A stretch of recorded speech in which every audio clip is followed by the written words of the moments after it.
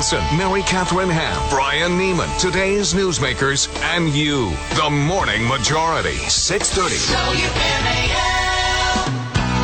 WMAL. 8:07 on WMAL. Brian Neiman, Mary Catherine Ham, Brian Wilson, and Lanny Davis is on the phone right now. Last we talked with you, you were in Wyoming, right, at a dude ranch. You back here in D.C. Now, did you feel the earthquake? Did you cause the earthquake, Lanny? You know, I got back from Wyoming after surviving a red state, and I get into a nice blue District of Columbia, and I'm on the 12th floor, and there's an earthquake, and now I'm convinced there really is a vast right-wing conspiracy. Just to get you. Now the rest of us, we were fine, but we're just there to protect you. I was in Washington, and I was on the 12th floor of an office building, and it was quite frightening. Yeah, we were talking earlier this morning that we still aren't convinced that we have an emergency plan ready for this city in order to get out in case something really bad does happen. There's no convinced or not convinced. That's just true. Yeah, it's just the truth.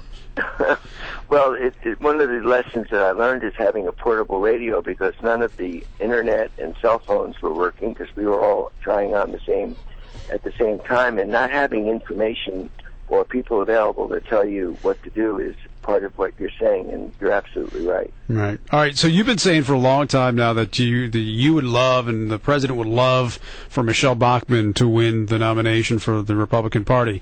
But it appears in recent polls that Rick Perry is moving up fast. Are you you feel the same way about Rick Perry as you do Michelle Bachmann when it comes to your confidence of winning in 2012? No, I do consider Perry to be a serious and a formidable candidate. I think he's made some serious mistakes, self-inflicted, having a rally in a stadium where he talks about a Christian nation, writing off a good chunk of the population, even some Christians he'd write off who, according to his words that he used in the stadium, if you're not born again and you don't have a certain view of Christianity, you probably aren't going to get to heaven. Being that type of an evangelist as you're about to run for president, separating your personal beliefs from telling people whether they're going up or down in the hereafter, is not a good way to get national appeal. So aside from that mistake, and then using words like treason when you're disagreeing with a policy, has put him on the fringe. When I know he's not on the fringe, he's been reelected governor of Texas and gotten a lot of mainstream voters to support him. So I think he's a formidable candidate, but he's starting himself in a position that looks like he's a fringe candidate. It seems that he's taken votes away from Romney, or support away from Romney and Bachmann in sort of equal measures. It's now 29% to Romney's 17%. Are you surprised that his numbers have gone up that dramatically, that quickly?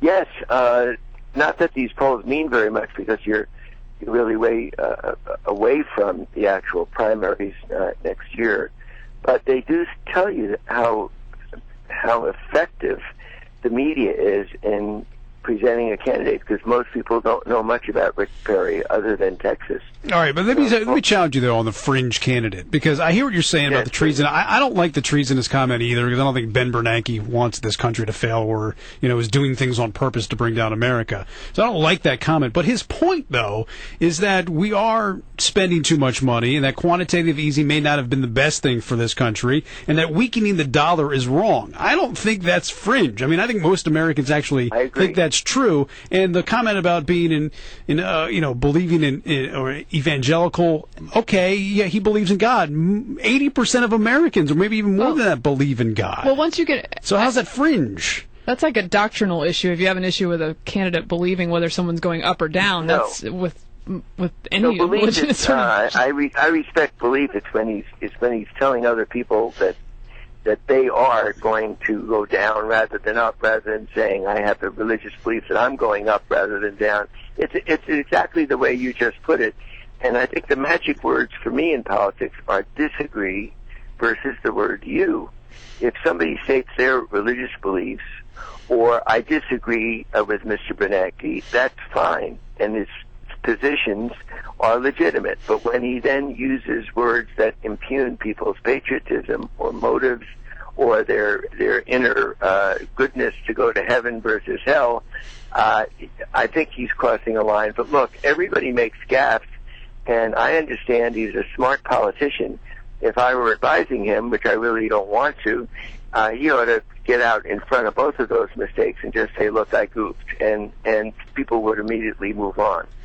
Speaking of impugning patriotism, there's this vintage Obama clip from 2008 where he says, adding $4 trillion to the deficit, and as CBS News reported earlier this week, we have just hit the point where during Obama's term we have added $4 trillion to the deficit. In 2008, he called that unpatriotic. Take a listen.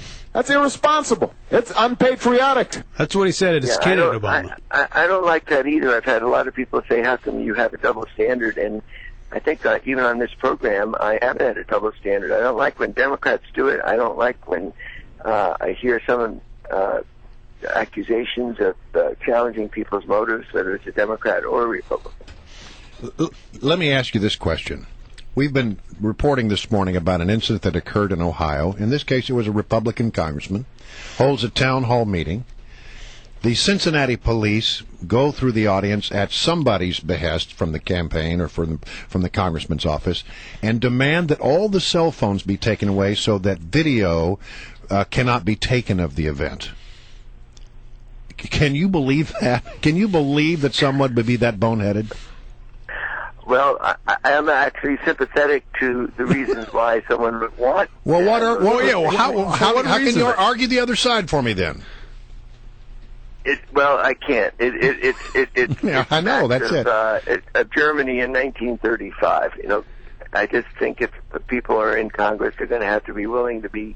Nowadays, everything they say could be on YouTube, so they just got to be careful. Yeah.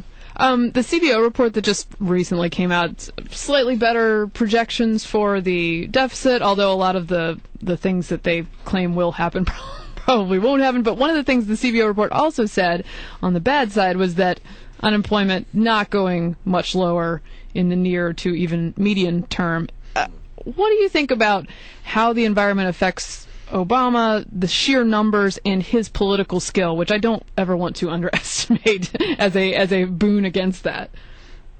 First of all, CBO's projections 10 years down the pike are just fiction. Yeah. And if you look back in history, they have no idea what things are going to be like 2 years from now, much less 10 years. But they're doing the best they can, not to disparage CBO, but it's just pure speculation. If the trend line of unemployment is going down, then I think even if it's still high, I think Obama has a chance to get reelected. If it's going up, then I think even a non-mainstream Republican president could get elected because there is such unhappiness with the economy. If the Republicans nominate somebody who has some appeal to the, let's say, the center-right of the country, I won't even say center-left, then I think Barack Obama is going to have a serious reelection problem. We Democrats don't want to just vote for Barack Obama by default. I've agreed with most of his policies. I think he needs to do better, as I wrote in a column in USA Today last week. He needs to do better in leading and getting out in front on issues rather than waiting until the last minute and being a mediator. His policies, in my opinion, have generally been right, but I think people have concerns about the leadership issue. Right. And if the unemployment line is going down and he comes now as a leader, gets out in front of his base and gets out in front of Congress and tells the country where he wants to go on reducing debt, and of course I think he should endorse Simpson-Bowles completely, then I think he'll be able to sustain this high unemployment level. But if it's going up by Election Day, it'll be very difficult. Right. Don't hold your breath on that, Lanny, but we appreciate you, as always, coming on the show. We'll talk to you next week. Lanny Davis here with